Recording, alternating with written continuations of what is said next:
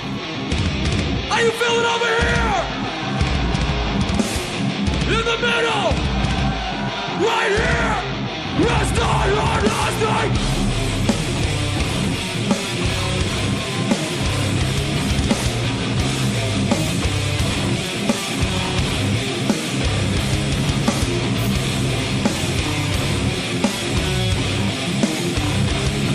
I wanna see one circle pin here.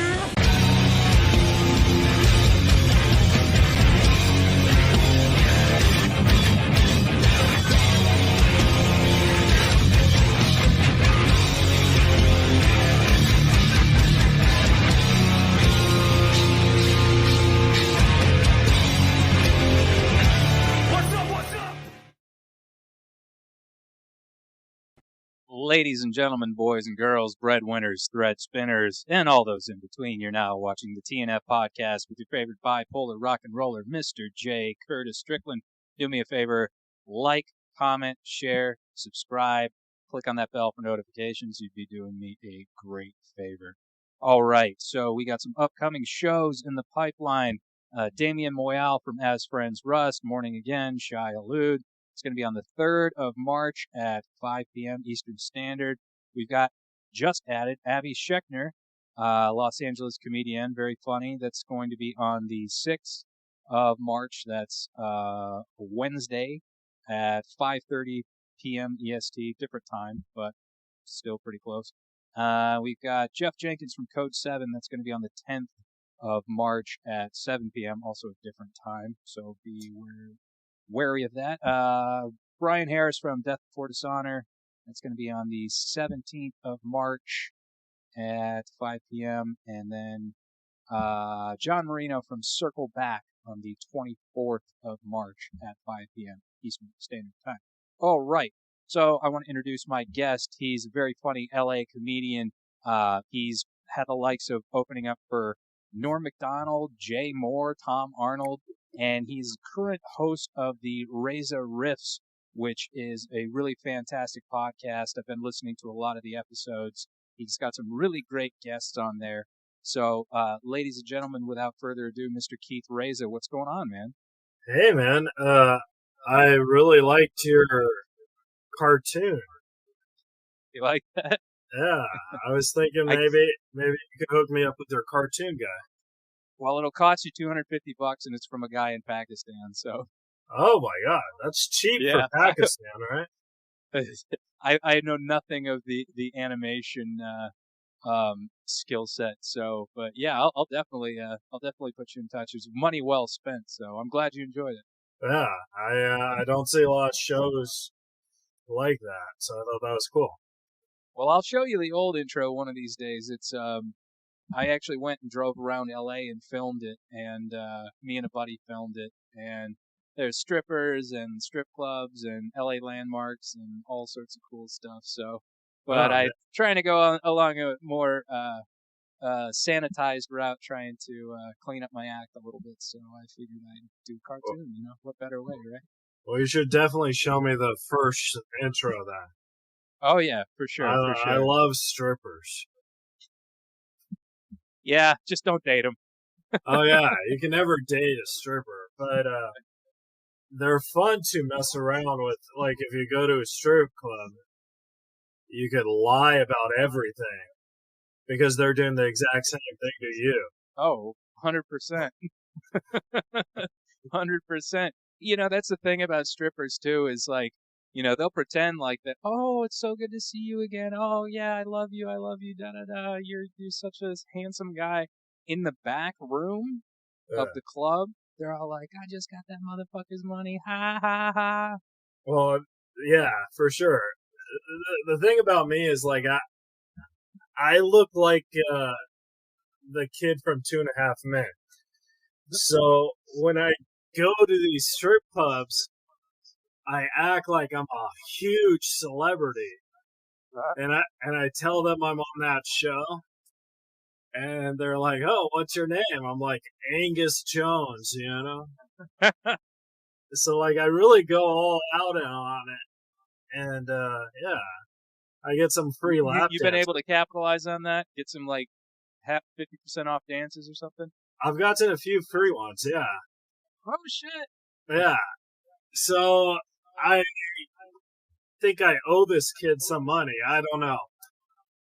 But it Seth worked. Green definitely deserves some titty royalties from me. I know that much because I've pulled that one off a few times. You do look like Seth Green. Why don't we just go get a gun, Dad? Let's just go shoot him. Yeah, man, strip club life. Yeah, it's great. So okay, you're a really awesome comedian. I watched your hour special that you had last night. And I watched it. Thank you so much. Yeah, absolutely, man. It was fantastic, and I noticed that you do your podcast, which you had some really great guests on there. I just listened to the Ione Skye one, and she's like in one of my favorite movies ever, which is River's Edge, which nobody ever talks about, And so, you've been doing all these great things, and I want to hear a little bit about your background and what kind of led you into comedy and like who were your biggest inspirations into your comedy journey. Wow. That's like 5 questions in one question. Well, what motivated you to start in comedy? So what I have the Asperger syndrome, and I was very verbal. And then I used to watch these comedy HBO shows with my dad, and we saw Dennis Miller, Fred Stoller, Drake Sather on the Young Comedian Special. And I just thought it was so funny, and I thought Fred Stoller's very weird, so I could be like him. And that's how I kind of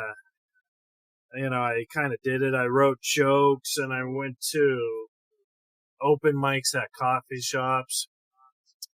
And, I didn't become verbal really until freshman year in high school. Oh, wow. Yeah. So that's how comedy really saved me. And it's that's like how therapy for you then. Well, I went to a lot of speech therapy. And, comedy was the thing that I really enjoy. And the thing is, I didn't get good at it until maybe 6 or 7 years ago. Oh, wow. Yeah. I mean, I was going to say that must have been, pretty challenging for you to, have to go up there. Was it nerve wracking? Was it like, what's the experience of being somebody on the autism spectrum that is performing? Like, is there a lot of like sensitivities and things of that nature? Well, when I started comedy, there wasn't this whole PC commercial. You know what I mean? So, like, I feel people didn't really care or understand what autism is. So, when you do stand-up, it's kind of like that. And then the further you go, that's how I learned how to read energy. So, yeah. And like it's interesting because I'm not like a comedian per se, but I definitely was inspired by a lot of stand-up comedians as far as like performance is concerned, and it like really kind of motivated me to kind of perfect my craft, and so like who are some of your like earliest influences as far as like, I know you've had Norm McDonald on your show, and like, you actually have a very kind of like Norm delivery, to be truthful. Well, I toured with Norm for 9 years. Oh, wow. And he was my best friend, and I called him my comedy dad. So I actually have a tattoo on my arm for him. And when you tour with someone for that long, you pick up their mannerisms and stuff like that. Sure. So, I mean, Norm taught me everything I know about comedy, and he gave me a career. So, and then he was the best. So he was definitely my influence, and he was the first comic I ever saw. And the first day I saw him, I was 19. I snuck into the Irvine Improv, and I saw him do stand-up. And I thought he was so funny, and I was very nonverbal. And I remember when I met him, he's like, you don't talk much. I was like, yeah, I don't. He's like, and then the following year, he remembered me. I snuck in again. He's like, hey, you're the kid who doesn't talk much. And that's how we became friends. And then he gave me his number, and he said, I want to train you to be a good comic. And like I said, I've only been good at comedy for 7 years, maybe. The first few years I was with Norm, I wasn't good. I was just, like, I had okay shows sometimes, but for the most part, I was pretty bad. And he really trained me, and it was like going to the gym when you go on all these stages and shows. You just learn everything. Yeah, I mean, I'm sure that it's almost like a muscle to where you got to keep working at it, and you can watch old sets of some like really great comedians, like like say Bill Burr, and like you see some of his early sets, and he's bombing, he's not getting a lot of laughs, but as he goes out there and he keeps doing it, he gets like this increased confidence, and that just seems to be kind of the nature of the game. Yeah, definitely. And the thing about Bill Burr is he's actually a great actor, and people don't give him credit for that. Yeah, it was really awesome to see him in The Mandalorian, which is so funny because if you ever saw the old interview about, I think it was on The Tonight Show or one of those nighttime talk shows, he was talking about how he kind of just missed the boat on Star Wars. It's like for myself, for example, I never got into the Harry Potter craze. I never got it, and that's because that book, the first one, came out when I was like 18. And so I can totally sympathize with Burr in that. He just it was a little bit past his time, but then to be able to see him in it and playing a really awesome character, it was like, oh, this is fantastic. Yeah, he's a great actor for sure. Yeah, and I think that a lot of comics have that vibe of, like, the public will think they're bad actors, but really they're actually really good actors. Yeah. Adam Sandler, man, in Punch Drunk Love. That's another one. Oh, yeah. Uncut Gems, man. Did you see that one? I have not seen Uncut Gems. Everybody keeps telling me I need to watch it, and it was just one of those ones. Like, I saw Good Time, and I was like, it's okay. It was the same directors or whatever, but I keep sleeping on Uncut Gems. I feel like I just saw that! You saw it? I saw it like 2 nights ago. Yeah. Oh my god. I liked it. It was the bank robbery one, right? Yeah. I loved that one. Oh my god. Okay. Yeah. All right. So then I need to watch Uncut Gems for sure. I thought that that black girl in Good Time was fantastic. I don't know her name. Yeah, I don't know. But she was like a kid actress, and I was like, holy Lord, like that. She's very talented. Yeah, and Pattinson's also really good in that.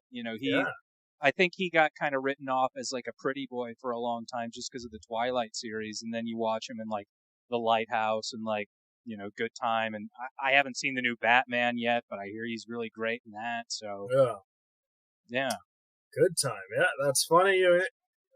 I swear to God, I just watched it a couple nights ago. Awesome. Yeah. So you're a big like movie guy as well? Yeah, I love movies. Yeah. Yeah, your knowledge was pretty impeccable in that Ione Skye interview. Oh, thank you. I don't remember what I said, but well, you had a real good like understanding of her filmography. Oh yeah. Well, she was in Say Anything, and I'm like a huge John Cusack fan. So Yeah, I want to start a podcast that says searching for John Cusack. And, like, you just interview everyone he's worked with, right? I don't know. Hey, that might work, man. You never know. And John Cusack, man, I don't know if you ever caught the one about Brian Wilson with him and Paul Love and Dano. Mercy, yeah. Love and Mercy, yeah. It was Really fantastic. good. Really good film. Yeah. Yeah.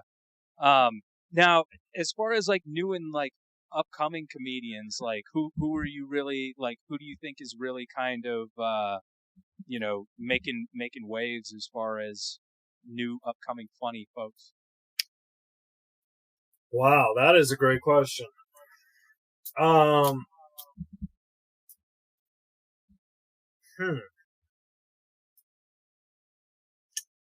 That is very tough.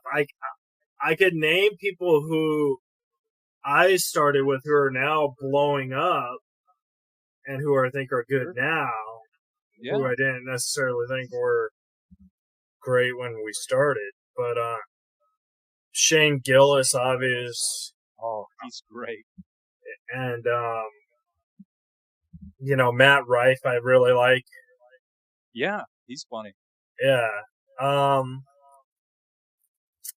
There's this guy who co-books this comedy club with me. His name's Kenny Weber. When he first started, I didn't get his comedy, but he's actually grown on me. Like, so I think he has something. Who is it? His name's Kenny Weber. Kenny Weber. Okay. Yeah, he's a good comic, and he's like on that verge of he's about to blow up, but he's not, or maybe, but he has something, right? Which he grew. So I liked that. That's awesome, man. Yeah, I'll have to check him out. So yeah, let's talk about some of your early comedy experiences. Like, you had mentioned you didn't feel like you were that like attuned to, stand up when you first started. What's one of your best memories of when you got up on stage and were just like absolutely crushing it? Like what was that like? I don't remember crushing it. I remember, so I got into stand-up because I wanted to do acting and all that stuff. But crushing it, it's just, I don't know. I just think it never really dawned on me. Like, because I was working with my heroes, and I thought that was a better experience than the stand-up. That's a good way of looking at it, yeah.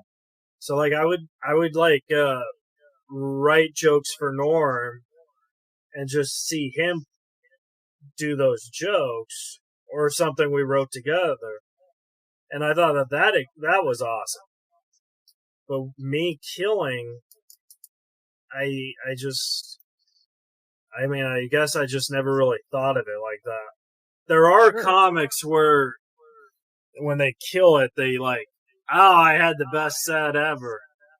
And you're just like, whatever. You know what I mean? Yeah. And that's interesting that you actually wrote some jokes for him. Was that during his SNL era at all, or was that post? No. I met him when he was just about to start the sports show. So that's how, I wasn't a writer on that show, but I would give him ideas. And then when his podcast came, that's when I became the writer on that show. And then the Netflix show. And he also had another show that never got picked up, but we wrote a pilot and we filmed it. So was that the sitcom you were talking about? No. The one, it was like a reality show. So he would be like walking around like all washed up type of thing. Like the Andy Dick show, but it was like with Norm McDonald. So Okay. That's cool, So, man. Yeah. And you know, that's actually a really like sober perspective of like, you know, you got to perform with some of your like heroes, you know, and to you that was more important than actually getting up there and feeling like you actually gave a great performance yourself, because you can, you know, you can sit back and tell people, oh yeah, I got to open for so and so, I got to open for so and so, and like that's like a huge like milestone for a lot of comics. yeah, I mean, obviously I want to be bigger than what I am, but I gotta tell you, man, like right now I tour with J not TJ Miller and Pablo Francisco, Oh and wow. those guys, they have the best crowds. So I think that's what comedy's about. It's just not worrying about it, just doing what you do, Sure. knowing it's gonna go okay. Yeah. Yeah, that's you know, I follow the Hare Krishna faith, and they mentioned that you shouldn't be attached to the results, whether they're good or bad. You just got to keep going and doing it, you know. Yeah, I would say you should always assume for the worst, and then when it's not the worst, just know the worst is gonna come soon. Yeah. So I think like that kind of helps with my Sure. comedy, because like when I bomb hard, baby. Like a B-17. Yeah. What's your joke writing process like? What do you like? What do you get like a cup of coffee and wake up in the morning and just kind of sketch some stuff down? I know everybody has their different little methods and approaches to things. No, so how I write jokes, and this is something Norm taught me, I think of the punchline first, then I write the setup, and sometimes it works and sometimes it doesn't. So, like, for example, we were talking about strippers. So, like, that would be the whole punchline is lying to a stripper, saying I'm the kid from 2.5 Men, and then you just grow on the store, you know. And Yeah, yeah, there's also funny words that, like, I think whore is a very funny word, right word. and I think skank, you know. So like you could, so like instead of hooker, you say skank. Yeah. Maybe that's funnier. I don't know.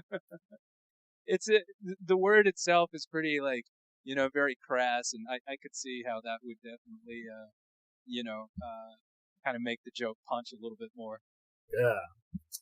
So, but I gotta tell you, I'm scared of comedy sometimes because I feel all this whole cancel stuff is kind of like, I mean, they say that you can't really get canceled, but to my knowledge, only one person has been canceled and then uncanceled. So, like, I don't know. You know what I mean? Like, I'm scared. Yeah.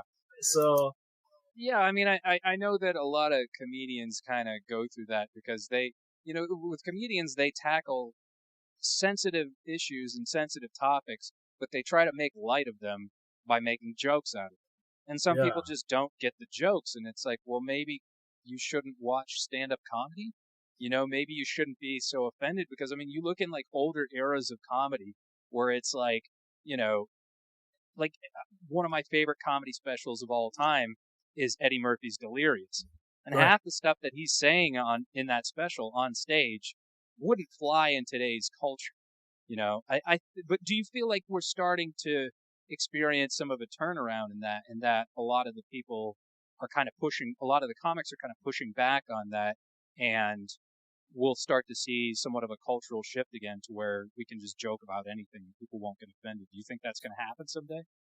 I mean, I see that, but I don't know if it's going to push it all the way to that direction. I think if you're a club comic, you're pretty safe doing that. Mhm. But once you become famous, I think there's more hyenas on you. You know what I mean?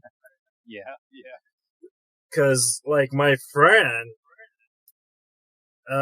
he was canceled, but he's now uncanceled, but he's a celebrity. So like Shane Gillis, for example, he's I mean, let's be honest, he's just a comedian. Right. So he's not an actor or anything. So that's why I said when he uncanceled himself, that's very impressive because he's just a comic. Right. It's a lot easier if you're an actor because you could like do a Christmas movie or some shit. Right. Do a different role. Yeah. Yeah. So like Jeremy Piven is like one of those classic example where he was canceled, right? But everyone just knows him from Jeremy Piven. And his stand-up is terrible. But he gets away with it because he's Jeremy Piven. Sure. So that's what I'm saying. So like... Yeah. Yeah, so yeah. Yeah, no, I mean, the comics have their own... I mean, they are the character. Like, you're putting essentially your real persona out there, whereas somebody like Leonardo DiCaprio, say he gets canceled for, his brothel of underage girls that he has, Right. he can always come back and do another role and people will forget about it. Some new Scorsese movie where they're like, oh, he was amazing in that. Oh, and the worst part about that is his movie will still be 3 hours long. Every single movie.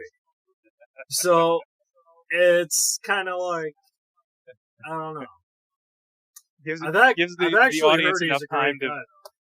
Oh, I'm sure. Like, gives... I'll tell you what, like, I heard the story about Leonardo DiCaprio where he went down to some club in Florida and, like, went out with, like, 40 girls. I was like, fucking legend. I was like, it's awesome. You can't get mad at a guy who likes the ladies. Well, I mean, you gotta look at the guy, and he's been in the public eye for over 40 years now, and, like, his kind of, I don't want to say his breakthrough role, but I think the role that kind of solidified him as being like a box office star was Titanic. And I remember like girls were just like, bending their legs over their shoulders to like, oh my God, Leo. He was on like every like Teen Beat type magazine and stuff, so yeah, he can get away with it. Like he's earned it, I guess. Well, like the thing is like with him, when he first started, he was on a show called Growing Pains. Right. And a lot of people don't know this, but he was like the teenage heartthrob. So he was like competing with Jonathan Taylor Thomas, who was on a Home Alone or Home Improvement, Home Improvement, so like all these pretty boys he's competing with. And Growing Pains, his role was kind of bad boy orphan kid. Yeah. And then they kicked him off the show because he got adopted. And then he got Titanic. And so I think people don't realize that connection of the heart thumb. Yeah. Yeah. And then he did what? Critters 3 and Eating Gilbert Grape, and that was a great movie though. Yeah, Gilbert Grape, like I thought he was retarded. Like for real. Like it was like I think that was the first thing I ever saw him and I was like, man, this kid is like he's a really good actor. And then it was like he was just acting, and like I didn't really think Leo was a great actor until I saw The Aviator, which I was like, which one's this that? guy's good. The Howard Hughes movie where he plays, right. Yeah. Okay. He was he was fantastic in that. And then, some of his movies are kind of hit or miss for me, like I haven't seen the new Killers of the Flower Moon, but it's like you said, it's like one of those like 3-hour ones. That, I can't stand a 4-hour movie, man. Like have you ever been to the Egyptian Theater in Hollywood? Yeah. Those seats are uncomfortable as shit. And I sat and watched Lawrence of Arabia in it, and it's a 3.5-hour long movie. And I don't even remember I think there was an intermission, but like by the end of it, you just wanted to like you felt like you needed some aspirin or something just because your back was so cramped up. Yeah. It's like they don't. I mean, they make movies like that now, but it's like, do we have the attention span for them? I tried watching the Irishman with Robert De Niro and Joe Pesci, and that was just so fucking long. I couldn't get into it. Yeah. But if it's on Netflix, you could pause it or whatever. Yeah. But I'm the type of guy on a movie, I gotta watch it all of it. Yeah. So. Yeah, you kind of gotta sit and be engaged so that you, first of all, you retain it. Sometimes you can start to watch a movie and then not come back to it for several days or something, and you kind of forgot what happened in the first part of it, so it's always kind of good to have the whole viewing experience at one time. Yeah. But yeah, long movies, man, that I feel that they kill cinema. Yeah, I guess if it's engaging enough, though, I'm trying to think of the last really long movie that I saw where I was it didn't feel like it was a chore to watch. And I would say that would probably be I think Infinity War was close to 3 hours. And that's the Avenger, right? Yeah, I don't feel like I was bored at any point during that movie, So, I think it was Martin Scorsese who said that superhero movies are killing cinema, which I agree to a point. But also, motherfucker, you're making 4-hour movies. You don't really have an argument. You know what I mean? Yeah. No, that's a great point, actually. So, superhero movies, I like them when it's just one superhero. Mm-hmm. When it's the first Avengers was good, but when it's all of them, I have no interest in seeing Deadpool 3, even though I'm probably going to see it. Yeah. No, I feel you on the superhero movies thing, and I didn't really even get into them until a few years ago when I had to do a film podcast, and I was forced to, because I think Infinity War and Thor Ragnarok and Black Panther all came out at the same time, and the channel started to review all those, and I hadn't seen, I think maybe I saw Iron Man and Hulk, and that was it. So I had to go back and watch all the back catalog of all the Marvel films in order to kind of get caught up with what was currently going on. And then some of them are fun, but I'm kind of in the wheelhouse of Scorsese in that, I think it kind of cheapens the art a little bit, because it's, from their perspective, it's more of a commodity than it is an art form, and they're just they're just pumping them out, and they're just I guess Madam Web did terribly at the box office. I think the Marvels did terribly at the box office. Yeah, it's bombing right now. That's weird because Sydney Sweeney's in it, and she's hot. And I didn't know who she was until I saw the thumbnail of some of the trailers on there, and I was like, "Oh, I'm in love with Sydney Sweeney." Sydney Sweeney, if you watch this, yeah, boy, Keith. I interviewed Dermot Mulroney, who was in her movie, and I kind of feel like texting Dermot Mulroney and say, "Hey, hook me up with Sydney Sweeney." What else has she been in before? Because I was not familiar with her until I actually saw the. I have no idea. She was in Dermot's movie. It was her movie. She was a star. Dermot was her dad in it or something. But she's gorgeous. Yeah. The last thing about movies, because I know you got other questions, and they have nothing to do with me. But the guy who played the Black Panther, he was fantastic. Yeah. Yeah. Yeah. Did you ever see 21 Bridges? No, I haven't. Okay, you gotta see that one because that is way better than Black Panther. Okay. I saw him in 42, Jackie Robinson story. Have Yeah. you seen that one? Oh Yeah. my God. Yeah, It that was one was. fantastic. Yeah. Yeah. And I didn't even know Harrison Ford was the coach in that Oh, he until was? the end of the movie. Yeah. Oh Or he my wasn't the God. coach, he was the owner of the Dodgers. Oh. Yeah. Harrison Well, I was going to Ford's a say dude though, who like Sydney disappeared. Sweeney, I'm not familiar what she has been in, but we know that my boy Keith Reza is going to be in her. So you got to call up Dermot Mulroney and be like, I would marry her if she lets me. But if she lets you, that's the key. yeah. But she's like the Here's number that. one celebrity right now. So Okay. Well, I'll have I to don't check know. her out on this IMDb star meter or Google Images or something. But no, My- so let's get back to your podcast a little bit because I got one you've more had some- story. Yeah. Okay, go ahead. My acting teacher, like 20 years ago, was this guy named Bug Hall, and he was like in the Little Rascals and all that stuff. Yeah. And he did a movie with Lindsay Lohan. This is before Mean Girls, this was like, and he was her love interest. And I remember it was on TV, and everyone was like, "Oh, Professor Hall, what was it like kissing Lindsay Lohan or something?" And he's like, "She's actually a bad kisser." But then fast forward, she's like huge. He's not even around. I wouldn't care, man. That's just a claim to fame. Matthew Yeah. Perry is my Eskimo brother, so I'm really? happy about that. Yeah.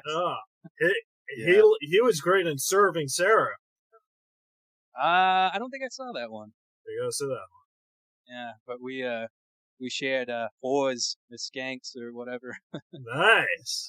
Yeah. So but yeah, let's get back to your podcast, like I said, you've had some really great guests on there, and what's probably one of the guests that probably surprised you the most on there that you've had? Surprised, like, I didn't know they were this cool, or I didn't know they were gonna say yes. Or anything, like to where, you had a view of how they were, like their public persona, but, you kind of, when you were interviewing them, you learned some things like, I didn't know Ione Skye painted, and that's really interesting to me, so, maybe something. So I would say Rosie O'Donnell really surprised me because, I grew up with Rosie, so I don't really believe with her politics. And I thought that first I didn't think she was going to say yes, but she did say yes, which was very surprising because she's like one of the top 100 comics of all time. Yeah. And I'm just Keith Reza. Mm-hmm. So she did my podcast, and for 45 minutes, she was my best friend. Wow. And that just like really surprised me because I thought with our political views, we wouldn't be on the same page. Sure. But she was the sweetest person. Well, that's awesome. So, yeah, I really love Rosie O'Donnell. Yeah. Well, it's interesting, like, for myself with doing these podcasts, I've actually had, people on, I don't really agree with her politics either, but I've tried to kind of bridge the gap on this show and, maybe not necessarily always talk about politics because I don't think that, I think it's, you can say what you will, but I think it's typically tends to be more divisive than uniting, and I would rather, like, if I had Rosie O'Donnell on this show, I would be like, so tell us about filming A League of Their Own. That's a really fantastic movie. I think you play a really great character in there. Let's talk about that, and so, that's great that you can put aside like personal differences and, just kind of get to know the person beyond their beliefs, Yeah. And I agree with you. Like, I think politics are just a thing. So, like, maybe it's just me because I don't really care, but I feel that Trump is just a dude, Biden is just a dude. So, like, these dudes have no effect whatsoever on me. They might have effect on my family, but not on me. It doesn't, you know what I mean? So, that's how I look at it.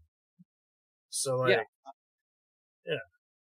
It's like, a pretty, like, you know, like, I think everybody was caught up in the politics a few years ago, and, you know, I want to say it's starting to simmer down, but I don't really know, man. it's going to go back up, buddy. Yeah, I think so. I think it's going to start to get crazy here in this I have a joke in my act because I know a lot about, with my Asperger's, I know a lot about presidents and all that stuff.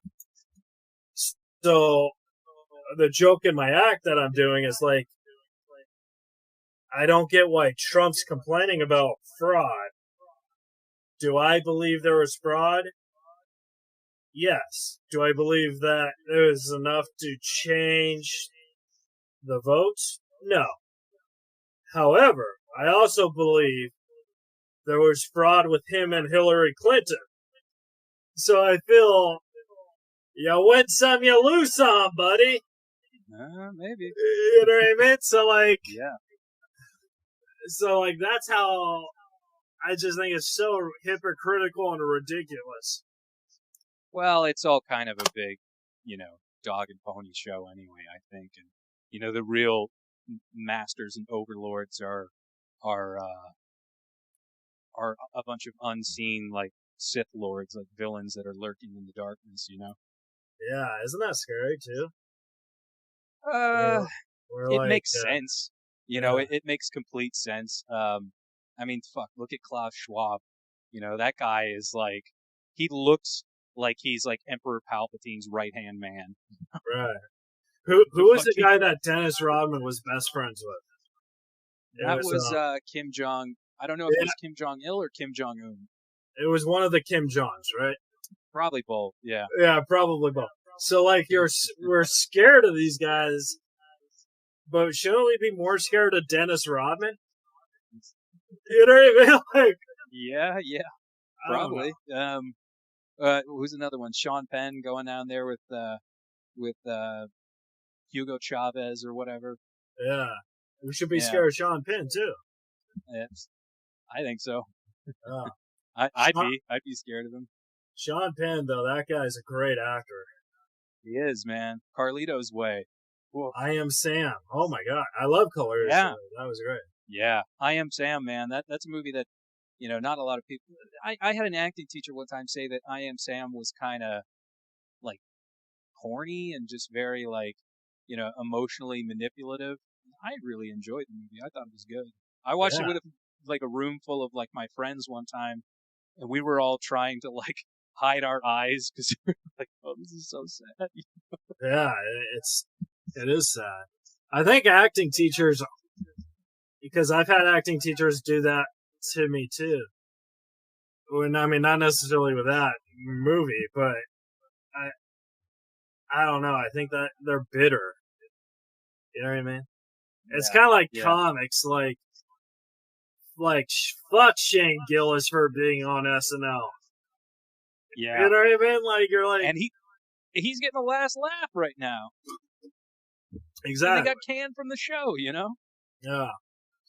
I think I thought that was just so cool because the guy who got him canceled, this guy named Seth Simons, he like went through all the podcasts and he like sent SNL every bad joke he did. That, you know, some of them I agree were offensive or whatever, but you don't do that.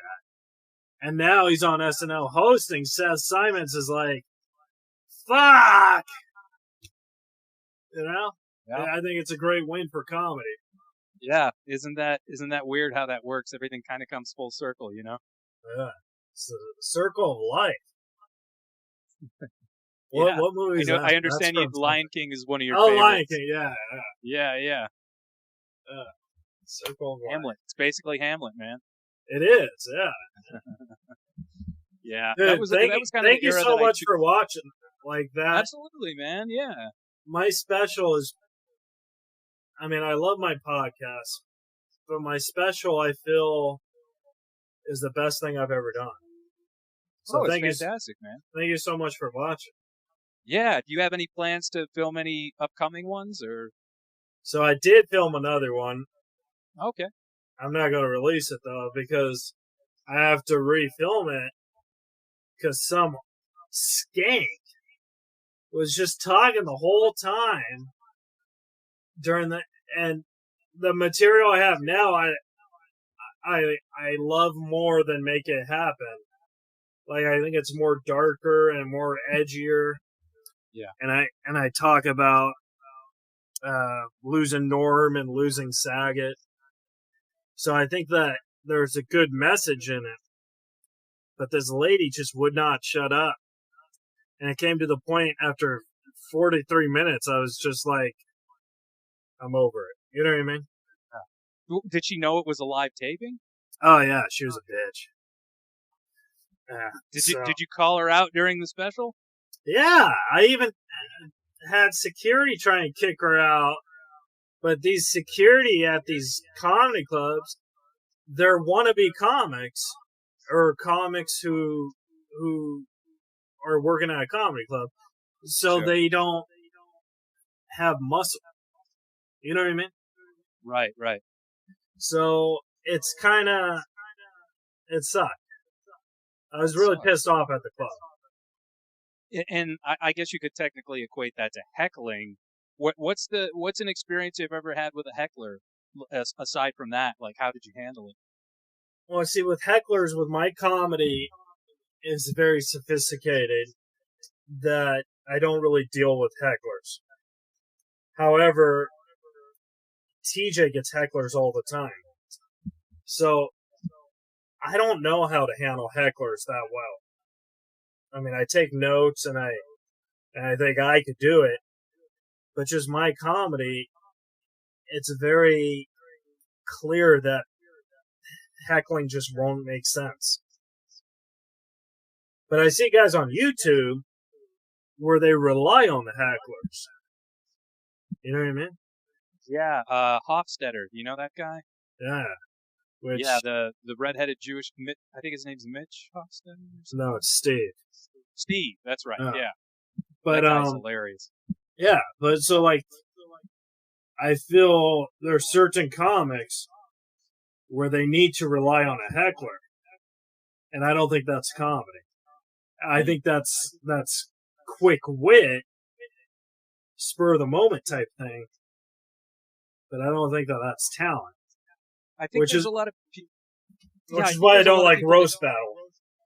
Yeah, I think there's a lot of people that actually go to like Steve Hofstetter's shows just to heckle him, just so that they'll get that reaction out of him. I opened up for Bobby Slayton for a long time, and he was the pit bull, of comedy, so he could shut down a heckler like that. But the older he got, he just didn't want to do it. Yeah. Because it's a skill, spur of the moment type thing. Right. And he just wanted to he's an old guy now. He just wants to get his paycheck. Do a show and just leave. Yeah. No, I get it. Totally. Yeah. I mean, and I don't know. I just think it's kind of disrespectful. I mean, I know that kind of comes with the territory, but at the same time, like, when you're, what you're not supposed to do. I mean, there's people that, have some sort of familiarity with stand-up comedy that, they're just doing it to get a rise out of the person because they can, and it's just like, it's just such low-hanging fruit, it's like, let them go up there, do their thing, Bill Hicks used to just scream at him, Like, yeah. Bill Hicks was right. Bill Hicks, man, fantastic. I hate that he's not around. So I had a question for you. Okay. So I wanted to ask you this because I think you're pretty fascinating. Okay. If you were a Disney character, who would you be? Ooh, that's a good question. If I was a Disney character, who would I be? You know, I would say Star Wars since they're technically Disney, but I'll buy that. okay. Well, I mean, I don't know. I've talked about this on podcasts before. I was always inspired by Han Solo. Like Han Solo was like my guy, man. Like he had this like bravado and was just kind of this not give a shit attitude and but also like thought of stuff like on the fly, where it was like, oh, this isn't working out. Shit, let me like smash this thing and let's fuck, I'll punch this control panel and then it'll work. And like, that's kind of been indicative of my life. Like shit starts to fuck up and then somehow by the skin of my teeth I make it through type thing, and Yeah. he's just a funny like charismatic guy, and I've always kind of tried to like emulate that in my own real life. But my favorite Disney movie is Who Framed Roger Rabbit, because Okay. that's just it's film noir with cartoons in it, and like I didn't even know what film noir was when I was a kid, but I loved it. And Jessica Rabbit's titties were like Oh, dude, she's so amazing. hot. Yeah. When you were like 7 years old, like you're just like, my mom had a fit like taking us to that movie afterwards because she was just like, I can't believe these children were subjected to this woman with all her like big boobs and everything like that, and I was like, I wasn't complaining. What are you talking about? So one time I was in the bathroom Mm-hmm. and I was peeing next to Christopher Lloyd. Oh wow. Yeah. And it was so awkward. Like, I could have asked him anything, like, will you do my podcast or something? So I asked him, I was like, you're Christopher Lloyd? He's like, yeah. I was like, I have a question for you, Christopher Lloyd. And, like, we're both peeing at this point, and it's very awkward, And he's like, what's up? And I was like, in Who Framed Roger Rabbit, you took a cartoon shoe and you placed it in the dip. And I was just wondering, why'd you do that? What'd that shoe ever do to you? And he just looks at me, he's like, for Christ's sakes, I'm peeing.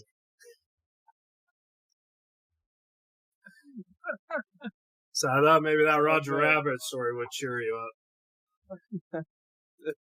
That's definitely an awkward conversation. Oh, is that the bell? Yeah. So you got one more question, buddy. Man. Yeah, I know you were talking about writing, and you've got some stuff in the pipeline. What are some stuff that you want to promote that you got coming up? I unfortunately can't promote anything right now because it's still in the process. Okay. But when I can promote it, I would love to come back. Okay. Yeah, definitely. I think that would be fantastic, And I want to give a shout out to Joe Bando for connecting me with so many great LA comics, and you specifically. Oh, Joe's great. Yeah. Yeah, he's doing some great things, man. He's out there crushing it. And any upcoming comics you want to shout out real quick? Give it up to Joe, baby. Joe's really good. He's got something too. Yeah, he's pushing the envelope, man, and I'm wishing him the best of success, and you as well, sir. I think this has been fantastic, and I'm going to continue to listen to REZA Riffs, man, because like I said, you got this just like plethora of great guests on there, and I think you really you're a really great host, and that you really attend to your guests well, and you ask them some really great questions. So, oh, thank you. You got a fan now. I think you're a great host, oh, and I think wow. I think you just gotta keep doing this. Yeah, man, it's a process, like it's just something you gotta, like, much like comedy, I'm sure you just gotta keep doing consistently now. Yeah. Well, thank you so much for talking to me for an hour. Absolutely, man. And just hang out it's really- backstage real quick. We'll just do a quick connect before you got to go. But one thing I like to do is promote Hell's Heart Merch Company. You can see on the little banner there, hellsheartco.bigcartel.com. That's my clothing company. We do like movie and hardcore punk rock inspired shirts. I'll throw a few up here on the screen. That's our Black Flag mock. That's our Bullet mock. That's our Psycho 2. And there's Rose McGowan from Scream. That's a glow in the dark. And there's Jamie Kennedy from Scream. That's also a glow in the dark. So if you go to hellsheartco.bigcartel.com, you can use the code 20 on there for 20% off your entire order. And they're really high quality Bella Canvas tri-blend t-shirts. So they're best of the best. And you can follow me on Instagram at the TNF Podcast. You can see below there. Like I said, like, comment, share, subscribe, click on that bell for notifications. Keith REZA, man, it has been a real pleasure, and I thank you so much, and you're always invited back. Oh, thanks, pal. It was fun. All right, man. Everybody, namaste. God bless. Be good.